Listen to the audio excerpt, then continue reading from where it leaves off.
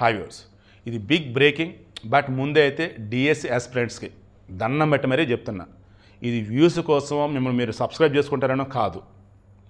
Last ఇంకేదో ఒక చిన్న అవకాశం ఉందని మీరు కొంతమంది ఎదురు చూస్తున్నారు కదా, ఆ అవకాశానికి ఇది ఓ రకంగా మీకు నీరు పోయటం అన్నట్టు ఇది.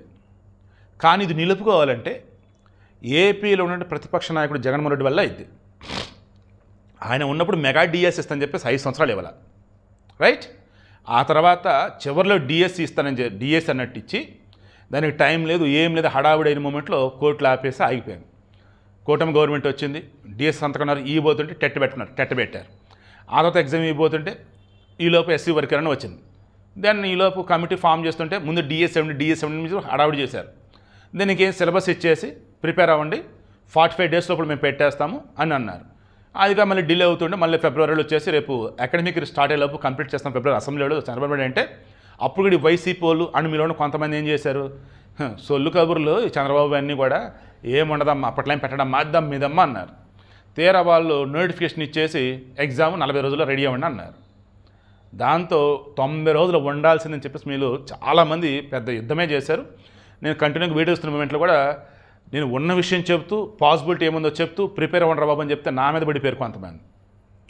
ఇంక ఫైనల్లీ మొన్న హాల్ టికెట్లు ఇచ్చా కూడా ప్రాబ్లమ్స్ వస్తుంటే మరలా ఏమడిగాను నేను, ఇంత తొందరపడి కంగారు పడి ఇవ్వటం అవసరమా?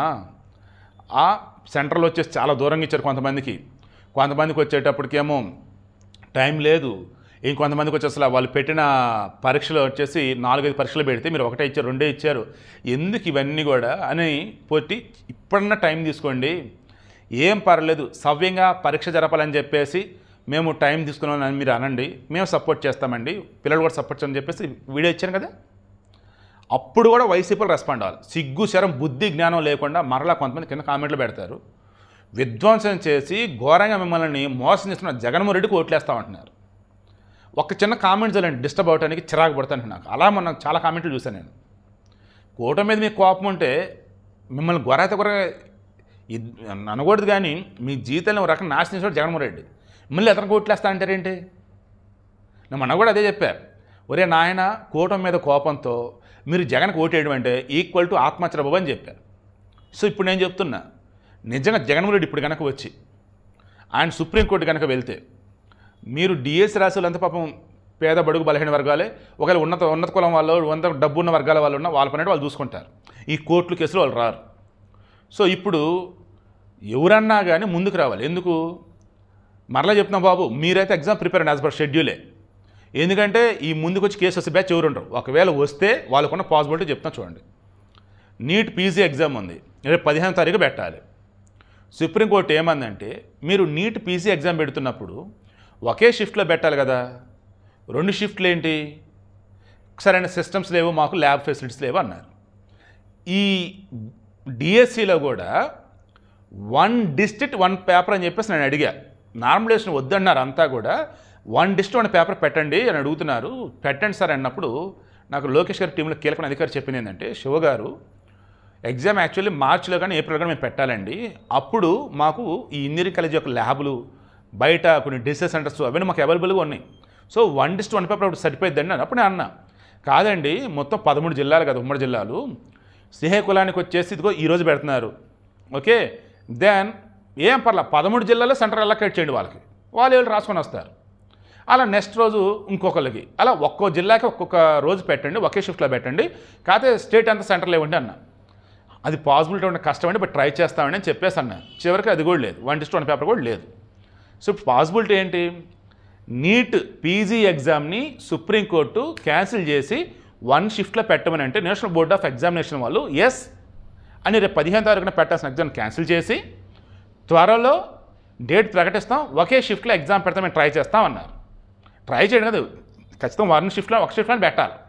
సో ఇప్పుడు ఈ డిఎస్సి తరఫున కూడా జగన్మోహన్ రెడ్డి బాధ్యత తీసుకొని వాళ్ళు చేసిన తప్పు తెలుసుకొని ఇప్పటికైనా సరే శవరాజకీయాలు చేయటం ఆపేసి, శవం కనిపిస్తే అక్కడికెళ్ళి కబుర్లు చేయటం ఆపేసి, పిల్లల యొక్క కష్టాలు, ఈ విద్యార్థి యొక్క కష్టాలు, నిరుద్యోగుల కష్టాలు తెలుసుకొని, సరే మా హయాంలో విఫలమైపోయాం, తప్పు జరిగిపోయింది, ఇప్పుడు కనీసం మీకు డేట్ ఎక్స్టెన్షన్ అడుగుతున్నారు కదా, ఆల్రెడీ నీట్ పీజీ ఎగ్జామ్ వచ్చేస్తే అక్కడ తీర్పు చెప్పింది కదా, ఇప్పుడు దాన్ని బేస్గా మేము పైకోర్టుకి వెళ్తామని చెప్పేసి వెళ్తే పాసిబిలిటీ ఉంది, వాయిదా పడే అవకాశం ఉంది. ఎగ్జామ్ రద్దు అవటం వేరు, వాయిదా పడటం వేరు కదా. మీకు వాయిదా పడతాం కదా కావాలి. బాగా ప్రిపేర్ అయిన వాళ్ళు ఇంకెన్నాళ్ళు సార్ మేము ఆగాలి, ఎగ్జామ్ పెట్టండి సార్ అంటున్నారు. వాళ్ళు కూడా ఏంటంటే ఇంకొద్ది రోజులు పర్లేదు ప్రిపేర్ అవ్వచ్చులే, వాయిదా పడుతుంది కానీ క్యాన్సిల్ కదా, వాళ్ళు కూడా హ్యాపీగా ఫీల్ అవుతారు. సో పాసిబిలిటీ ఎవరి దగ్గర ఉందండి ఇప్పుడు? ప్రతిపక్షం వాళ్ళ దగ్గర ఉంది, డబ్బు ఉన్నది వాళ్ళ దగ్గరే. లాయర్లు వాళ్ళ దిక్కుమాలినటువంటి విధంగా, పనికిమాలిన విధంగా బోల్డ్ అనే కేసులు వాళ్ళ మీద ఉంటే అన్నిటి నుంచి బయటపడి బెయిల్ మీద బయట తిరుగుతూ ఉన్నారు. ఆ మిథున్ రెడ్డి మీద అయితే ఏకంగా ఆ కేసు కూడా పెట్టకముందు ముందస్తు బెయిల్ అని చెప్పి సుప్రీంకోర్టుకి వెళ్ళాడు ఆ మనిషి. కింది కోర్టు, హైకోర్టు, సుప్రీంకోర్టు దాకా వెళ్ళి వాళ్ళు ముందస్తు బెయిల్ తెచ్చుకుంటూ ఉంటారు.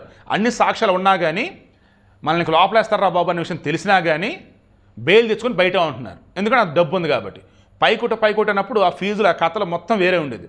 సో ఈ డిఎస్సి అభ్యర్థులకు సంబంధించి ఈ నామినేషన్ వద్దు, 1 డిస్ట్రిక్ట్ 1 పేపర్ అన్న వాళ్ళు ఎవరైతే ఉన్నారో, మీరు పోస్టులు పెట్టాల్సిన గవర్నమెంట్ని ఉద్దేశించో, పవన్ కళ్యాణ్ ఉద్దేశించి కాదు, అపోజిషన్ వాళ్ళని ఉద్దేశించి పోస్టులు పెట్టండి. నిజంగా ఇప్పుడు మీకోసం నిలబడమని చెప్పండి. ఇప్పుడు పైకోట్లకి వెళ్ళమని చెప్పండి.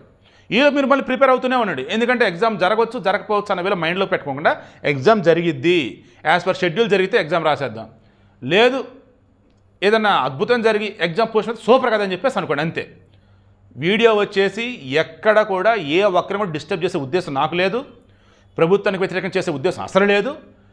అపోజిషన్కి ఒక ఛాన్స్ ఉంది. ఎవరైతే ఎగ్జామ్ పోస్ట్ పోన్ అవ్వాలని చెప్పేసి చివరి క్షణంలో కూడా ఎదురు చూస్తున్నటువంటి వాళ్ళు ఉన్నారో, మీకోసం నిలబడే వాళ్ళు ఇప్పుడంటే ఇదిగో అపోజిషన్ అంటే జగన్మోహన్ రెడ్డి లాంటి వాళ్ళు. నిజంగా ఈరోజు కనీసం ఆ తెనాలిలో గంజా బ్యాచ్ని పరామర్శిస్తానని చెప్పేసి అంటున్నాడు. ఎంత దరిద్రం కాకపోతే నిజంగా పరామర్శించినా, నిజంగా ఈరోజు ప్రజల కోసం నిలబడ్డా, నిరుద్యోగుల కోసం నిలబడాలి. అది వదిలేసి సెవరేషన్ చేస్తా పోతున్నాడు ఆ మనిషి అయితే. సో ఇప్పుడు చెప్పండి, ఎవరు ఇప్పుడు బాధ్యత తీసుకోవాల్సింది, ఎవరు ఇప్పుడు మీకోసం నిలబడాల్సింది? నా వంతుగా నేను చేసిన వీడియోలు ఎవరూ చేయలేదు, ఏ జర్నలిస్టు చేయలే, ఏ మీడియా టచ్ చేయలే. ప్రతిసారి కూడా ఛాన్స్ సబ్స్క్రైబ్ చేయమని అడగట్లా, ప్రతిసారి కూడా నాకు లక్షల్లో వేలలో వ్యూస్ రావట్లా, ప్రతిసారి కూడా నాకు తలనొప్పి తాలూకా కామెంట్లు వస్తున్నాయి. అయినా సరే నా బాధ్యత, నేను మొన్న చెప్పున్నా, మీరు నన్ను ఎన్ని అన్నా మీకు మంచి జరగడం కోసం ఎంతవరకు ఎఫర్ట్ పెడతా అంతవరకు ఎఫర్ట్ పెడతా. ఇంకా ప్రయత్నాలన్నీ అయిపోయినాయిరా బాబు, ఇక ఎగ్జామ్ పోస్ట్పోన్ కాదురా బాబు అనుకున్నప్పుడు మాత్రం ఏం చెప్తున్నాను, ప్రిపేర్ అవ్వండి రా బాబు కనీసం కొంతసేపు అని చెప్తున్నా. మీరు నమ్ముతారా లేదో, మెయిల్స్, మెసేజెస్, ఫోన్స్, అసలు నేను ఆశ్చర్యపోయాను.